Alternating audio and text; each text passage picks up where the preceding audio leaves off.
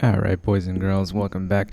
This is a little bit different. I forgot to switch over the audio recording device, so didn't record the live audio for this race here at Miami, as well as the next two races at Spain and Monaco. So you're going to get an abridged version just because there is no live commentary, and I figured it would just take a long ass time to talk over the original video. So as you can see here, we're sitting atop the constructor standings and the driver standings right now, just barely atop the driver standings. And what we decided to do for this episode is just go through and pick up some new developments. And we decided, since there's 4 ATR periods left in this season, we're going to use the first 3 to split the developments and research for next year, 2 developments for this year's car, and then 1 research projects for next year's car for the first 3 ATR periods, and then we'll use the last ATR period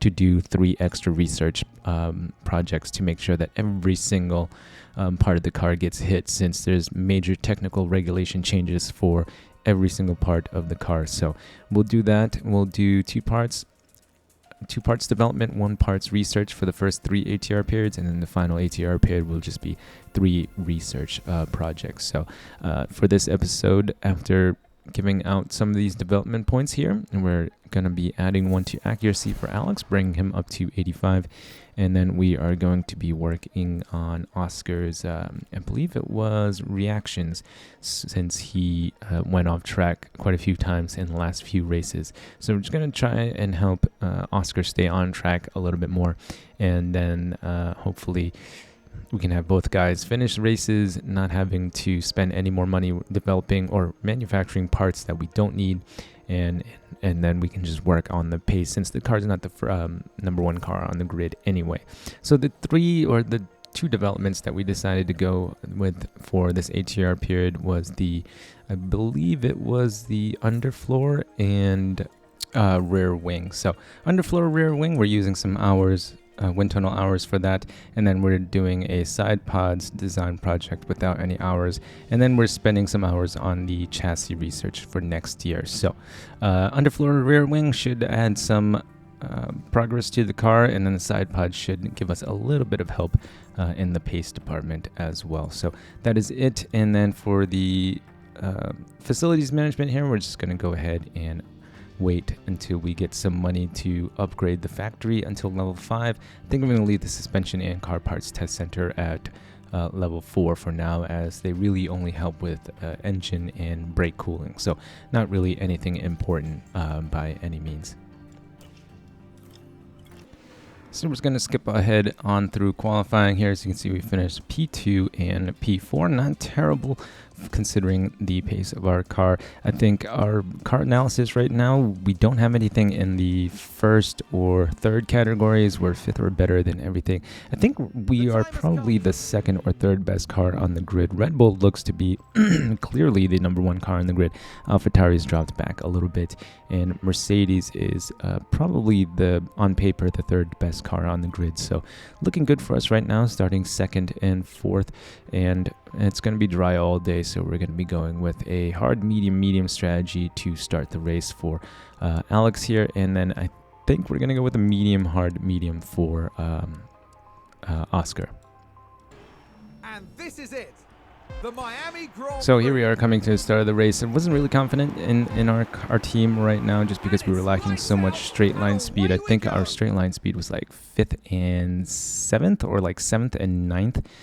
In that order, so don't have straight line speed. You can see Miami is pretty much just 2 or 3 really long straights with some really fast corners and a couple of slow corners, but for the most part you're going to want low downforce setup, and you're going to be relying on top speed and acceleration. So right off the bat, we were able to keep positions right here. Sainz out in front, and Ricardo in P3. Ricardo's actually had a pretty good couple of races at Imola. If you missed it, he qualified on pole and then won the race, I believe. So I thought he was going to be a challenge here going into today's race.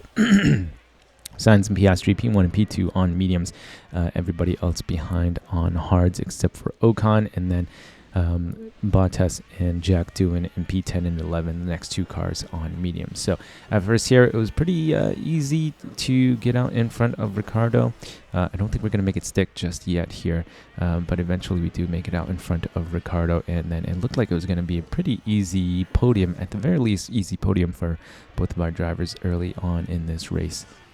And then as we skipped ahead to lap 16 here, we managed to get both of our guys out in front, Albon and Piastri out in front of Sainz. Ricardo's dropped back a little bit now to P5, looking to start our first pit stops right around lap 17 here. And yeah, it looked like it was going to be at least a podium for both of our guys. Look at that huge gap to Verstappen, 6.5 seconds. Looking to pit Piastri now, as his tire wear was just not all that great, having started on the mediums and then having to push a little bit to get out in front of Sainz. It did not really help with the tire wear. But just as we decide to pit Piastri, here comes the safety car. So I have to make a decision now. We're definitely pitting Piastri this lap, but Alex on the hard compound tires, 59% left. Really wasn't sure if I wanted to pit him. So looking at who is behind us, 3 mediums behind us, I'm assuming those guys are going to pit, and then there's a lot of hard runners now. So I'm thinking if those medium runners pit and then they get stuck behind the rest of these hard runners, we look to have the pace on them. Hopefully I can have Alex stay out and create a bit of a gap so that when when it is time for Alex to come into the pits, he will have a bit of a chance to catch up to the leaders on their second stint. So right now, having Piastri come in, and we are going to have Alex stay out for the safety car. So luckily for us, the two Red Bulls had taken each other out. Leclerc still in the race, but down in P18, and then Verstappen out of the race completely now. So it should help us extend our gap a little bit. Safety car coming in, and we are starting green flag running again. Alex all the way out in P1. Piastri somehow is dropping behind Sainz while pitting under safety cars. So Sainz is the leading car right now that has already pit. Everybody else ahead of Sainz at this point are still on old hard compound tires, with Alex all the way in the front. So as you can see right now, we haven't even finished one lap, and Alex has already extended the gap to 1.4 seconds. We are pushing with tires, fuel, and battery at this point to try and get ourselves ahead as far as possible so that we can pit and then perhaps still come back out close to Sainz and Piastri at this point.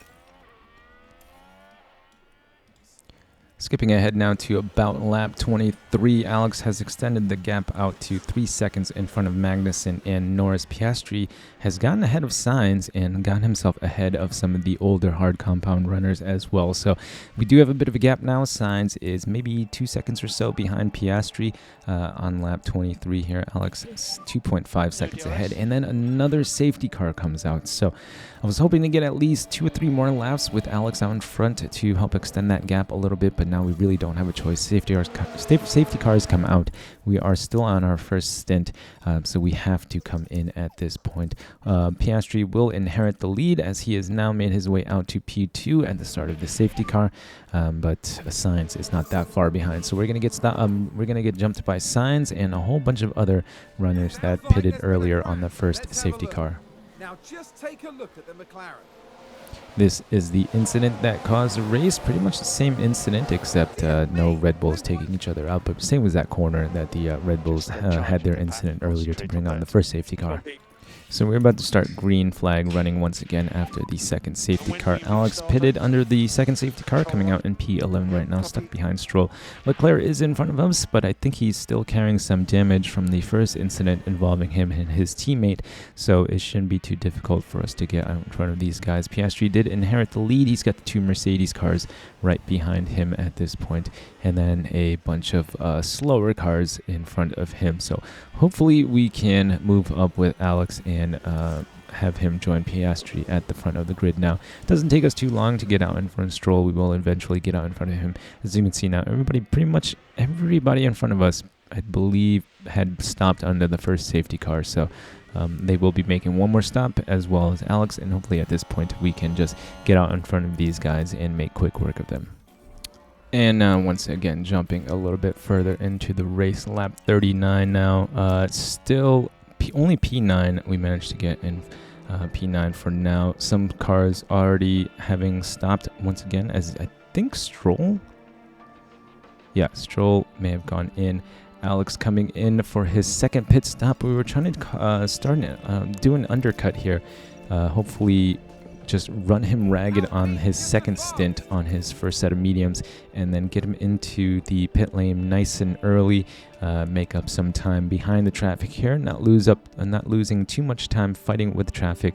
And then, as you can see, we pitted Piastri the next lap, and we end up having them both come out at the same exact spot. So hopefully this will help us towards the end of the race get track position, as everybody else, as you can see, in the 40s and 30s, and some guys in the lower 50s still having to do their final pit stop. So right now, first group comes in, we managed to jump them pretty easily, and then hopefully when these next couple of groups come in, we can also jump them quite the same way that we did that group there. So quickest on track, it seems like, other than the Mercedes. We are pretty quick, and it does help that Verstappen's not in this race anymore. That's one less driver that we have to worry about.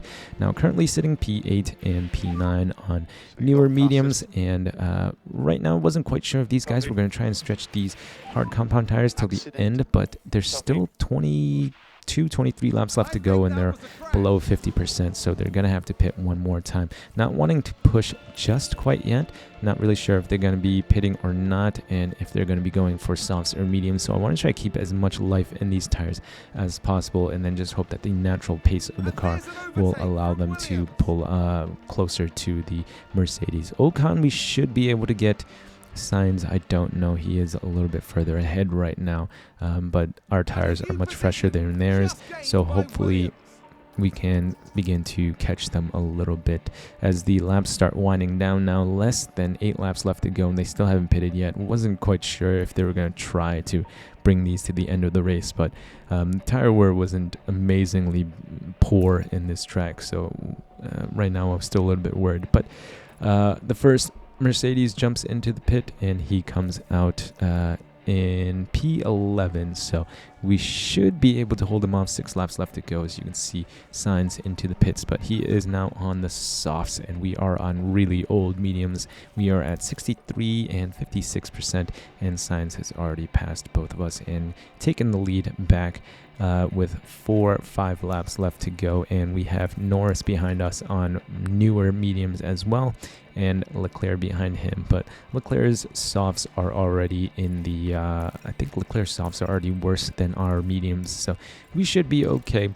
Now just trying to maintain this lead a little bit. Norris starting to attack us now, less than a tenth behind us. He does actually get in front of Piastri, but Alex is couple of seconds in front of him, and I think Alex's tires are in a better condition, so hopefully Alex should be able to hold off any attacking cars for P2. So early on looked like we would be able to win this race, as we were able to gap everybody, but the 2 early safety cars did not help us out.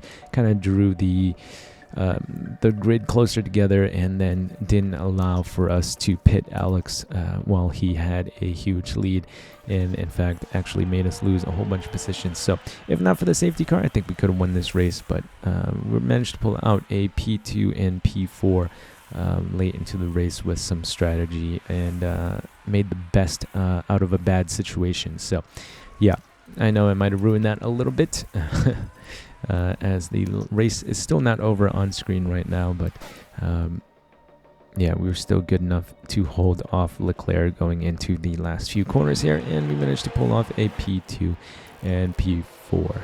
So again, sorry guys for this kind of content. I know it was a little bit shorter than you're used to, and now no live commentary, but I just apologize that for not remembering to switch over the audio recording device and not getting any live commentary. But this is it. I will leave you guys with the final few moments of this race here, and then with our results. So as you can see, we are still sitting atop the driver's standings by 11 points, and in the constructor standings we're ahead of Red Bull by about 14 points. So even though we couldn't manage to pull out the win here today, we were still able to maintain the lead in both the driver standings and the constructor standings and come home with a good, decent amount of cash. But yeah, again, apologies for this kind of format here, guys. I will try to remember to record the audio for next time. So if you think I've earned it, please feel free to leave a like, comment, or subscribe. Stay tuned for more. Remember to eat your bok choy, and I will see you guys in the next one.